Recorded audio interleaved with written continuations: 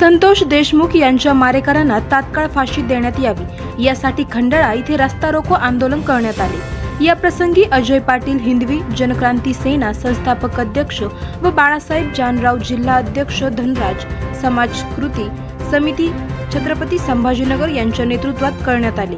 या प्रसंगी संतोष गोरे, सोमनाथ मोरे, बाळा जाधव, शंकर निकम, प्रकाश ठुबे, अतुल आढाव, संकेत बोर्डे, भरत निकम इत्यादी मोठ्या संख्येने नागरिक उपस्थित होते। मागण्याचे निवेदन पीआय कवठाळे साहेब यांच्याकडे देण्यात आले। आवाज जनतेचा न्यूज साठी प्रतिनिधी सुनील जिंतुर्डे। जय शिवराय, मी अजय पाटील। त्या ठिकाणी जो रस्ता रोको खंडाळा आहे ते आयोजित केला होता। आताच बाळासाहेबांनी सांगितलं की या ठिकाणी जे आकुंड प्रवृत्तीचे लोक आहे, संतोष भाई देशमुख असेल, परभणी येथील घटना असेल, जालना येथील घटना असेल, त्यांना तात्काळ या ठिकाणी शिक्षा झाली पाहिजे। कायदा सुव्यवस्थेचा प्रश्न निर्माण होऊ नये भविष्यामध्ये आणि कायद्याचा धाक जनसामान्याला बसावा।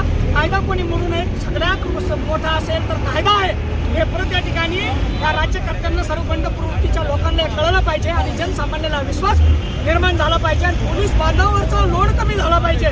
म्हणून ह्या गुंडांना तात्काळ फाशी मिळणं गरजेचं आहे। संतोष भाई देशमुखचं सर्व या ठिकाणी जे बलिदान गेले त्यांना न्याय मिळाला पाहिजे, यासाठी हा रस्ता रोको होता। जर कदाचित या ठिकाणी तात्काळ यांच्यावर बाकीच्यावर गुन्हे दाखल होऊन या ठिकाणी हाका बोका सका जे सगळेमध्ये गेल्याशिवाय या ठिकाणी आम्ही शांत बसणार नाही। आणि जर हे तात्काळ झालं नाही तरी आमदार, खासदार, मंत्री यांना आम्ही जसं पहिला त्यांना रस्त्यात फिरू देत नव्हतो, त्यांच्या मंत्रालयात जाऊन गाड्या फोडल्या, तसं आम्ही यांना परत फोडल्याशिवाय राहणार नाही। गाव बंद होतील आणि तुम्हाला या ठिकाणी सामान्य माणूस सुद्धा जाब विचारेल आणि याच्या परिणामाला तुम्हाला सामोरे जावं लागेल। आणि म्हणून तात्काळ या ठिकाणी हा जो प्रश्न आहे तातडीनं मार्गी लावा, कायद्याचा वचक बसला पाहिजे, एवढंच या ठिकाणी खऱ्या अर्थानं सांगतो। छत्रपती शिवाजी महाराज की जय।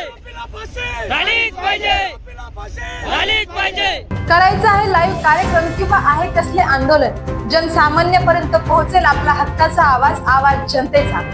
बातमी व जाहिरातीसाठी संपर्क करा स्क्रीनवर दिलेल्या नंबरवर।